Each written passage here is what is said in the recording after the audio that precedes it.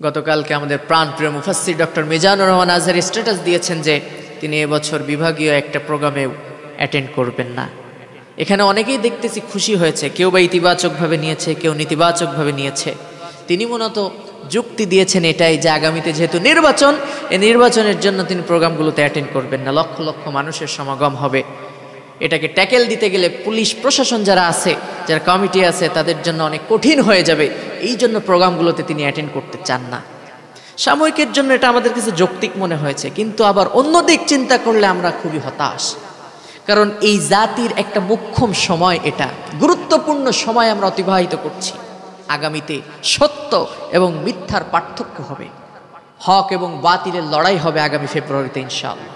আর এই সময়ে একজন দায়ী জমিনে সঠিক কথা মানুষের কাছে প্রচার করবে, এমন একজন দায়ী এই জমিনে বড়ই প্রয়োজন, যিনি লক্ষ লক্ষ মানুষের কাছে কোরআনের দাওয়াত পৌঁছে দিবেন, সঠিক তথ্য প্রচার করবেন।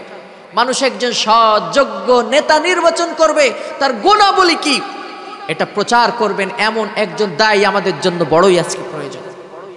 কারণ আল্লাহ রাব্বুল আলামিন বলেছেন কোরআনুল কারীমে সূরা নিসার ভিতরে আলেম ওলামা আছেন, তারা বলতে পারবেন আলাম তারা ইলাল্লাযীনা উতু নাসীবাম মিনাল কিতাব ইশতারুনা আদ-দালালাহ ওয়া ইউরিদুনা আন তাদিল্লুস সাবিল। আল্লাহ তাআলা কোন কোন আলেমদেরকে জ্ঞান দান করেছেন, কিন্তু তারা ইশতারুনা আদ-দালালাহ, তারা পথভ্রষ্টতাকে ক্রয় করে নিয়েছে।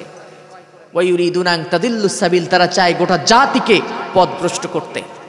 কিন্তু মিজানুর রহমান আজহারী এমন একজন মুফাসসির, যার বক্তব্য শুনে লাখো লাখো তরুণ যুবকেরা ইসলামের পথে এসছে, দ্বীনের পথে এসছে, ইসলামী আন্দোলন করতে শিখেছে। আমরা একটা কঠিন সময় পার করে এসেছি।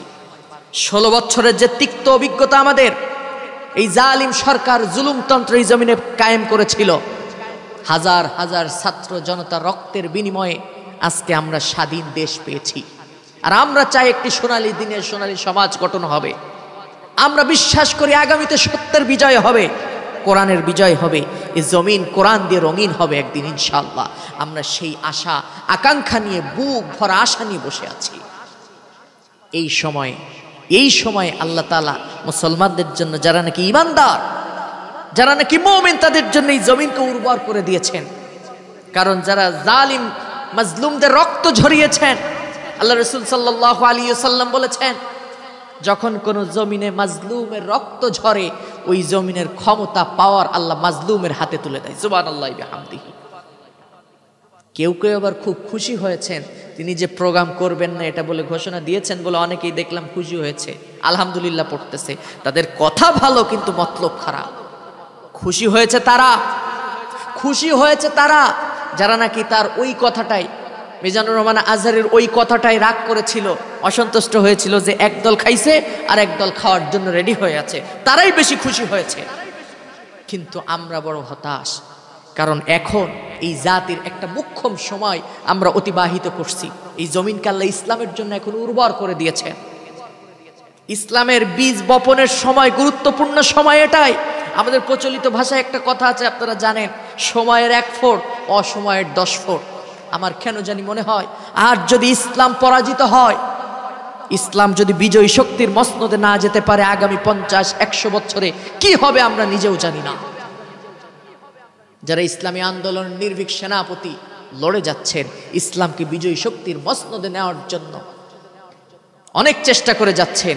এখন এই সমাজে আমরা ভেবেছিলাম ডক্টর মিজানুর রহমান আজহারী এই জাতির কল্যাণে তিনি সঠিক কথা প্রচার করবেন। এই সময় তার বড়ই প্রয়োজন ছিল। কেমনে আমরা একজন সৎ যোগ্য নেতা নির্বাচন করব, একজন যোগ্য নেতার গুণাবলী কি, তিনি যদি সঠিকভাবে মানুষের কাছে প্রচার করতেন, আমার মনে হয় লক্ষ লক্ষ মানুষ ইসলামী আন্দোলন করার জন্য, আল্লাহর জমিনে দ্বীন প্রতিষ্ঠার জন্য অনুপ্রাণিত হতো। অনেকে অনেক কথা বলবে, এটা স্বাভাবিক, যে মিজানুর রহমান আজহারী মুফতি আমির হামজা শায়েখ আহমদুল্লাহ অমুকের প্রতিনিধিত্ব করছে, অমুক দলের প্রতিনিধিত্ব করছে। আরে ভাই, কেন? আলেমরা তো এই জমিনে আওয়ামী লীগের প্রতিনিধিত্ব করার জন্য আসে নাই, বিএনপির প্রতিনিধিত্ব করার জন্য আসে নাই, জামাত ইসলামের প্রতিনিধিত্ব করার জন্য আসে নাই। এই জমিনে আলেমরা হচ্ছে আল্লাহর প্রতিনিধিত্ব করার জন্য এসেছে। আল্লাহ বলেছেন, ওয়াল্লাযী জাআলাকুম খালাইফা ফিল আরদ, আমি এই জমিনে মানুষকে আমার প্রতিনিধিত্ব করার জন্য প্রতিনিধি হিসেবে প্রেরণ করেছি। সুতরাং কে কি বলল এটা তো দেখার দরকার ছিল না। প্রিয় মুফাসসির, আমাদের প্রাণ প্রিয় মুফাসসির আপনি ডক্টর মিজানুর রহমান আজহারী, আপনাকে লক্ষ্য করেই বলছে, আপনার সমালোচনা করা, আপনার ব্যাপারে কথা বলার মতো যোগ্যতা আমাদের নাই, কিন্তু বড় আশা নিয়ে, স্বপ্ন নিয়ে বলছি, এই ময়দানে এখন আপনার বড়ই প্রয়োজন। আপনি বিভাগীয় পর্যায়ে না করেন, যদি 64টা জেলায় জেলা ভিত্তিক প্রোগ্রামগুলো করেন, গ্যাদারিং অনেক কম হবে। 64টা প্রোগ্রাম যদি আপনি দেন, তাহলে ইসলামী আন্দোলনের জন্য এটা অনেক ভূমিকা রাখতে পারে বলে আমি বিশ্বাস করি। কারণ আগামীতে সত্য এবং মিথ্যার লড়াই হবে। বাতিল শক্তিকে পরাজিত করার জন্য ইসলামপন্থীরা আজ অনেক কষ্ট করছে, ইসলামের জন্য কাজ করে চলেছে। এই সময় আপনাকে বড়ই প্রয়োজন। আপনি মেহেরবানি করে এই বিষয়টা বিবেচনার সহিত দেখবেন। যারা খুশি হয়েছে আপনার এই বিবৃতিতে, তারা হচ্ছে তারাই যারা চায় যে এই জমিনে ইসলাম যেন প্রতিষ্ঠা না হোক। ওরা চায় আল্লাহর জমিনে দিন যেন প্রতিষ্ঠা না হোক, কোরআন দিয়ে সংসদ চলুক, এটা চায় না ওরা। আলেমরা এই জমিনে সত্যের কথা প্রচার করুক, ওরা এটা চায় না। এই জন্য আপনার এই বিবৃতিতে এক শ্রেণীর মানুষ অনেক বেশি খুশি হয়েছে দেখতে পাচ্ছি। কিন্তু আমরা একদিকে কথাটা যৌক্তিক মনে হলেও অন্যদিকে আমরা কেন জানি হতাশ মনে হচ্ছে আমাদেরকে। আমরা যারা মাঠে ময়দানে ছোটখাটো আলেমরা কথা বলি, আমাদের 100টা প্রোগ্রাম আপনার একটা প্রোগ্রামের সমান। সুতরাং আপনি বিষয়টা বিবেচনার সাথে দেখবেন, আমরা আশা করছি।